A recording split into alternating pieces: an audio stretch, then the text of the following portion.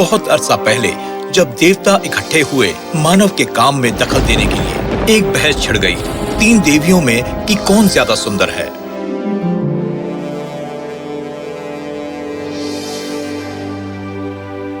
अमरत्व देवता की रानी के रूप में मैं सबसे सुंदर हूँ। मेरी प्रिय हीरा, तुम शायद देवताओं की रानी हो, पर मैं बुद्धिमत्ता की रानी हूँ।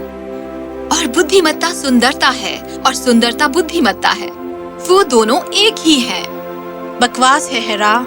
मैं प्रेम की देवी हूँ और मैं प्रेम के सामर्थ्य की स्वामिनी हूँ, क्योंकि मैं सबसे सुंदर हूँ। बहुत हो गया। मेरे पास समाधान है तुम्हारी पहेली का। ज़ूस ने सुझाव दिया कि एक प्रतियोगिता रखी जानी चाहिए, ये देखने के लिए कि कौन सबसे सुंदर है।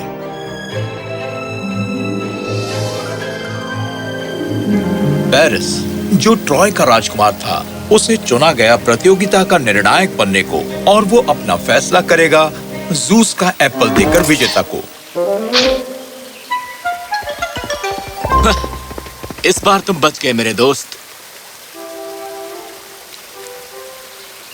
रुको, ये एप्पल मत खाओ, क्योंकि ये देवताओं की ओर से है। देवता? हाँ, सही कहा। ज़ूस मुझे एक एप्पल क्यों भेजेगा? ये वो इनाम है जो तुम हम में से एक को दोगे जो तुम्हारे हिसाब से सबसे सुंदर है। ये बहुत बड़ा सम्मान है रईस पेरिस। अब मैं तुम्हारे लिए काफी समय बचा सकती हूँ। वो सेब मुझे इनाम में दे दो, और देवताओं की रानी होने के नाते मैं तुम्हें ज्यादा सामर्थ्य दूंगी। राजकुमार के रूप में तुम्हारे पास पहले से ही सामर्थ्य है। वो एप्पल मुझे इनाम में दो और मैं तुम्हें महान बुद्धिमत्ता दूंगी। मेरे प्यारे पेरिस, तुम पहले ही अपने उम्र से ज्यादा बुद्धिमान हो। मुझे ये एप्पल देकर साबित कर दो, और बदले में मैं तुम्हें धरती की सबसे सुंदर स्त्री का प्रेम प्रदान करूंगी। हाँ, तुम जानते हो कि मैं किसकी बात कर रही हूँ। स्पार्टा की हेलेन की। पर वो पहले से ही शादीशुदा है राजा मेनेलस के साथ। मेरा यकीन करो कि ये बस एक छोटी सी असुविधा है। और वो जीस की बेटी है, और हमारी तरह ही वो अमर है। जीस इससे खुश नहीं होगा। मैं ज़ूस से निपट लूंगी। वो बहुत ही सुंदर है ना, और वो पूरी तरह तुम्हारी हो सकती है उस एप्पल की कीमत पर। शायद ये अच्छा आइडिया नहीं है। यदि मेरे बारे में भविष्यवाणी सच है, तो मैं पहले से ही उसके लिए डर रहा हूँ। भविष्यवाणी? हाँ, ये तुम्हारी माँ के सपनों से अधिक कुछ नहीं था। ट्रॉय तुम्हारे हाथ से बिल्कुल नहीं जलेगा, या किसी और के। इस सपने की वजह से मेरे माता पिता ने मुझे त्याग दिया था और मुझे छोड़ दिया था चरवाहे की जिंदगी बिताने के लिए। तुम इतने यकीन से कैसे कह सकती हो? क्योंकि तुम्हें तब से दोबारा राजकुमार के रूप में स्थापित कर दिया गया है, और तुम ट्रॉय के सबसे चैंपियन बन गए हो। और अब मैं तुम्हें मौका देती हूँ हेलेन के हृदय का चैंपियन बनने के लिए। तुम्हारा क्या कहना है? अब इस तरह से ये काम करेगा।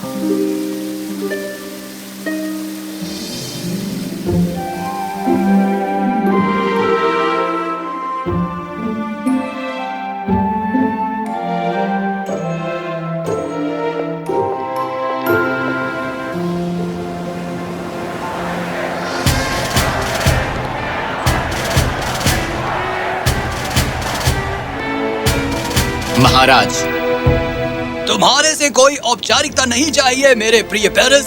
स्पार्टा को इतना सम्मान क्यों दिया गया है ट्रॉय के राजकुमार द्वारा? राजनीतिक औपचारिकताएं राजा मेनेलस, और बेशक आपकी अच्छी संगत का सौभाग्य। ये सुनकर खुशी हुई। बहुत अरसा बीत गया। आओ, तुम्हारे पिता कैसे हैं?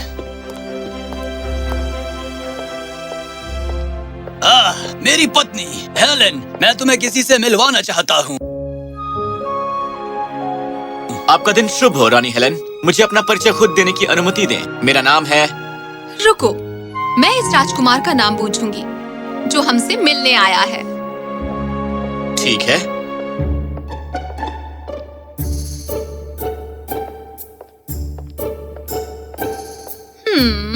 कोई मुश्किल है मोहतरमा?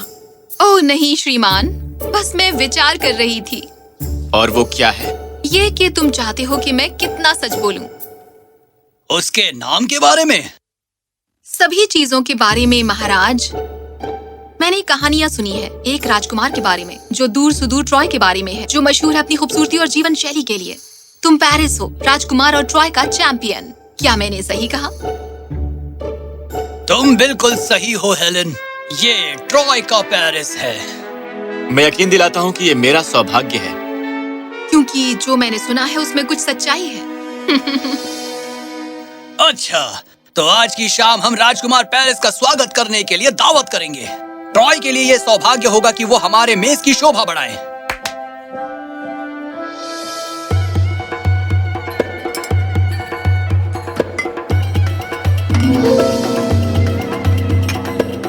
और फिर भालू खड़ा हो गया और उसने कहा कि नहीं, पर मेरे ख्याल से तुम्हें मालूम है। मैं तुम्हारे साथ भालू का शिकार करने कभी नहीं जाऊंगा।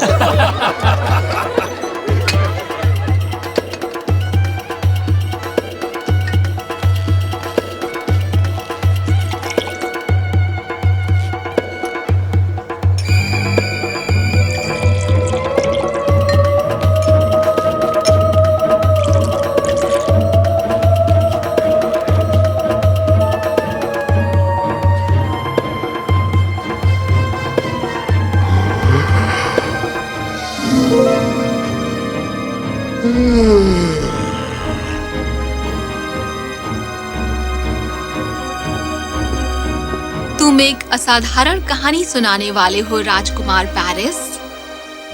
मैं आपका धन्यवाद करता हूँ माय लेडी। स्पार्टा के नाम और ट्रॉय के नाम भी, उनकी एकता हमेशा बनी रहे। रानी के लिए एक डांस? मुझे बहुत खुशी होगी।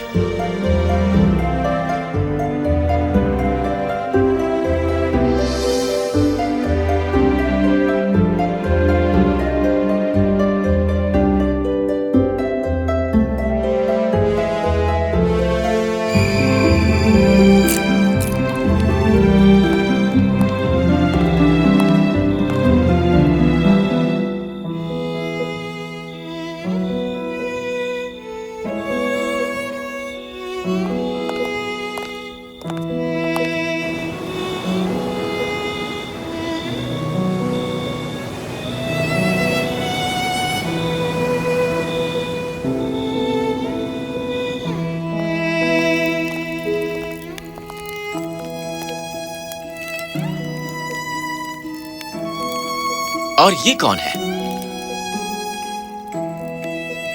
मुझे कोई अंदाजा नहीं। मेरे ख्याल से मुझे ये पता होना चाहिए। शायद ये अच्छा आइडिया हो, जब तक कि जब तक क्या? कुछ नहीं, कोई बात नहीं। इसके बारे में क्या जो यहाँ है? क्या जानते हो? जब तक कि तुम यहाँ रुकने की योजना नहीं बना लेती, बस इतना ही। और मैं यहाँ क्यों नहीं रुकूंगी पेरिस? मेरे साथ ट्रॉय आ जाओ हेलेन। मैं ऐसा क्यों करूंगी? क्योंकि मैंने तुम्हें किसी और से कहीं ज्यादा प्रेम किया है। पर तुम मुझे जानते भी नहीं हो। मेरा प्रेम साथी रहा है तुम्हारी गैर हाजिरी में, और प्रेम अपनों को पहचान लेता है। मेरा जहाज हमारे आने का इंतजार कर रहा है। मैं तुम्हें दिखाऊंगा प्रेम जो सूर्य जैसा पवित्र है और ग्रीष्म के वर्षा जैसा सुखदाई। जहाज को समुद्र में उतारो, जल्दी।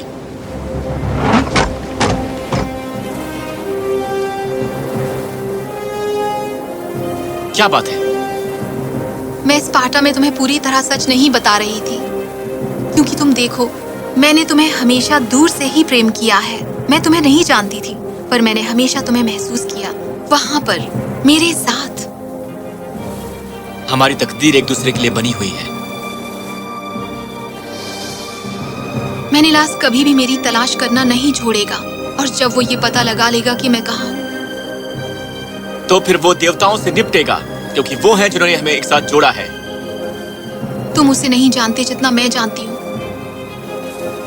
क्या क्या बात है? रात के घोर अंधकार में भी तुम्हारी सुंदरता मेरे प्राण के लिए एक रोशनी बनकर चमकती है। मुझे ट्रॉय के बारे में बताओ। मेरी रानी, क्या आप जागी हुई हैं? My lady.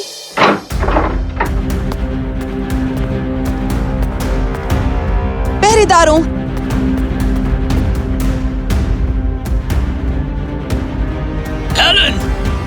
जगह ढूंढो, कोई भी कोशिश बेकार न जाए।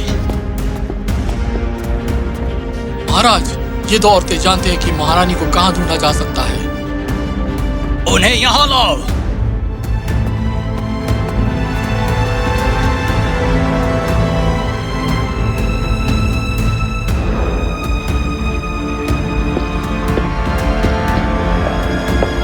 अब काम पे लगो।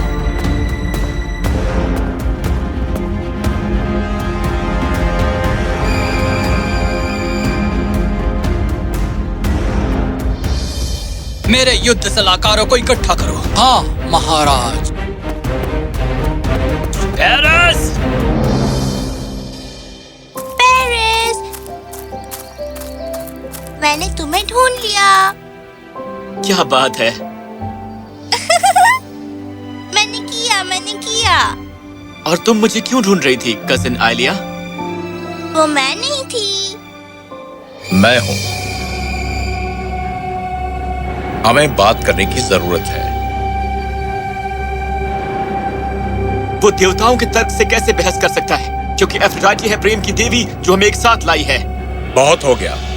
हेलेन उसकी पत्नी है और स्पार्टा की रानी है। हमें राजा मेनेलास से बहुत जोखिम उठाना पड़ सकता है और उसके भाई राजा अगामेमोन से भी, उसे वापस न करके और उसे सही घर न पहुंचाकर।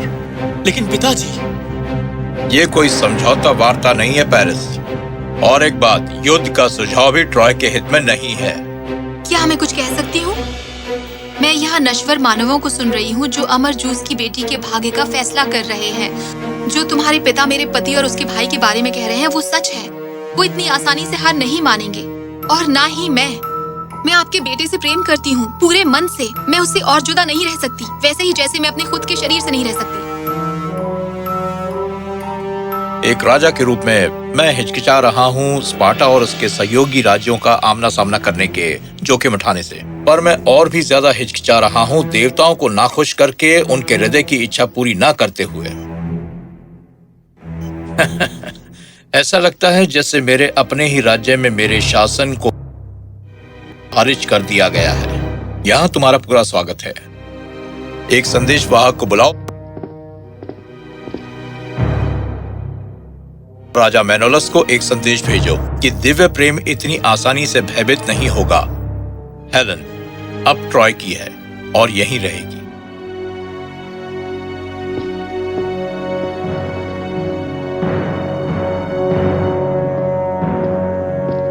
एफ्रोडाइट, मैं तुम्हारी सूझबूझ पर भरोसा कर रहा हूँ इस मामले पर। मैं एक और युद्ध को सहन नहीं करूंगा तुम्हारी टांग अड़ाने की वजह से। ओह चलो भी ज़ूस, तुम्हारी बेटी ने सच्चा प्यार पा लिया है। ये एक जश्न मनाने का दिन है। चलो बेकार युद्धों की बात नहीं करते हैं। जो प्रेम बुरी तरह हासिल किया गया हो वो समय के प्रतिकूल फल लाएगा। और यदि ये फल लाएगा तो चलो इसे तोड़ें और जी भर कर खाएं।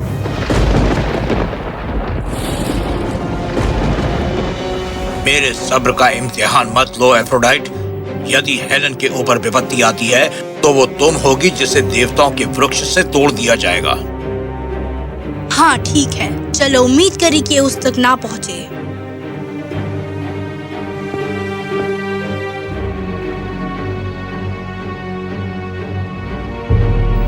तुम ट्रॉय वापस जा सकते हो।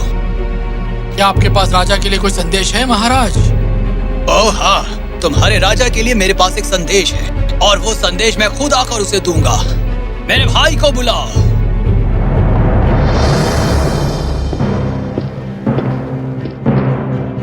स्पार्टा के लोगों, आज हम जहाजों पर निकल पड़ेंगे हमारी चुराई हुई चीज पाने के लिए। जब हम अपनी मंजिल पर पहुंचेंगे हम तेजी से वार करेंगे और ना कोई दया दी जाएगी और ना कोई दया ली जाएगी। समझ गए?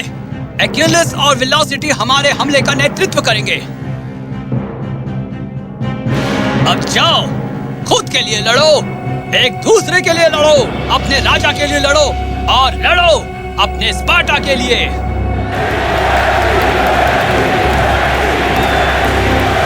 ट्रॉय चलो।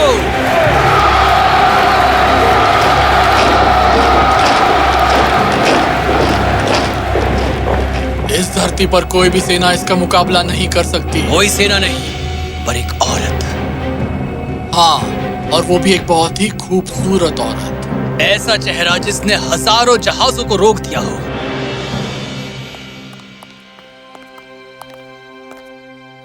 खैर, ये जो कोई भी हो, निश्चय ही उसकी डील डॉल तुम्हारी जैसी है। तुम ऐसा सोचती हो? असल में नहीं, कोई बात नहीं। बस इतनी सी बात है।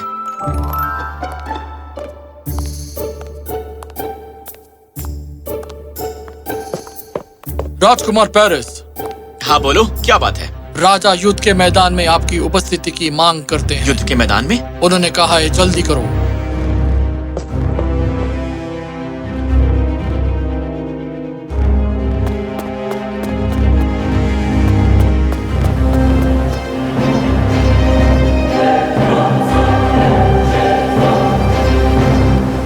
लड़ाई के जहाज?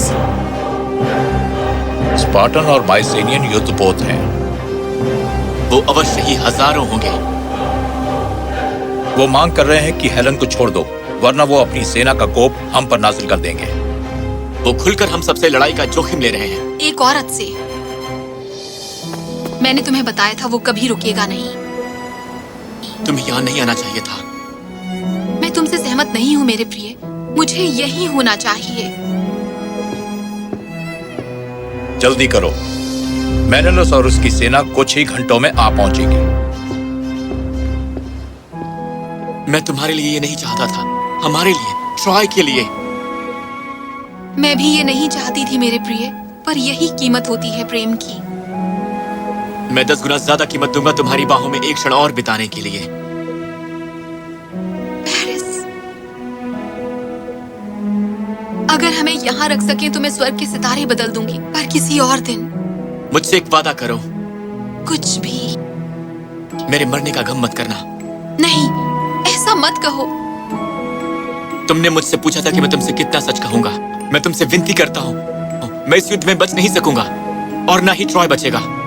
बहुत अरसा पहले मेरी माँ ने इसे देखा था, पर तुम्हें लंबी और फलदायी जिंदगी जीनी है, मृत्यु और युद्ध की दुर्गंध से बहुत दूर। मुझसे वादा करो, किसी ऐसे को ढूंढोगी जो तुम्हारे चेहरे पर मुस्कुराहट लाएगा। मैं ऐसा नहीं कर सकती। तुम कर सकती हो और तुम करोगी।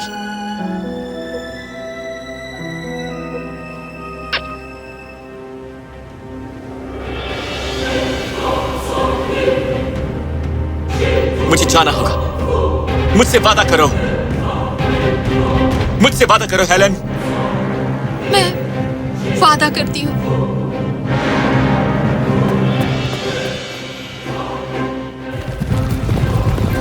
उस दिन जो युद्ध शुरू हुआ था वो बाद में बहुत बड़ा महायुद्ध बना, जिसने और ज्यादा झगड़ा उत्पन्न किया, जो पूरे 1 दशक तक चला और कहलाया महाट्रोजन युद्ध।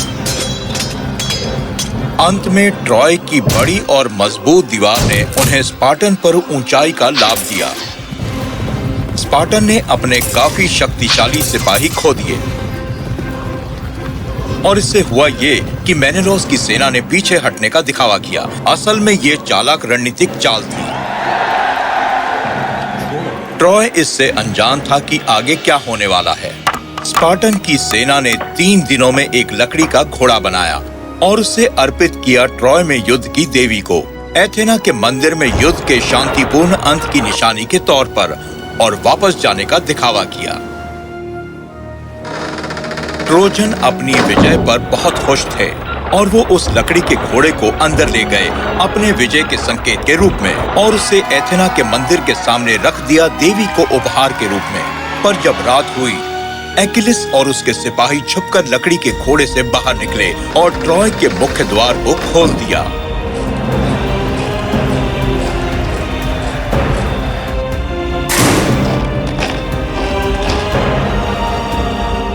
बहुत सी जानें गईं।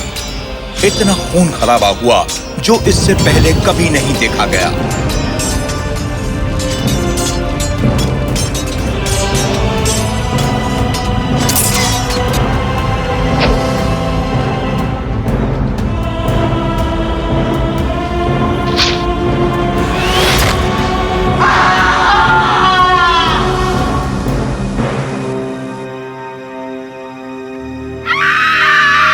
अपने अमर प्रेम हेलन के लिए पेरिस ने अपना नश्वर शरीर न्यौछावर कर दिया। एक अमर औरत के लिए बहुत सी नश्वर जानें दे दी गई। हेलेन को पकड़ लिया गया और मेनेलॉस के पास ले जाया गया और पीछे छूटा एक तबाह और बर्बाद ट्रॉय जो अगले कुछ शताब्दियों तक जीवन नहीं देख पाएगा। ज़ूस की अमर बेटी और नश्वर मनुष्य के बीच के परस्पर प्रेम एक महान तबाही का कारण बना। ये पेरिस के प्रेम का पागलपन था जो उस पूरी तबाही का कारण बना। पर सच्चे प्रेम की ऐसी कहानी है, और कुछ प्रेम कहानियां इतनी दुखद होती हैं कि पांव पीछे छोड़ जाती हैं तबाह बर्बाद शहर, राज्य और दिलों को चीर देने वाली कहानियां।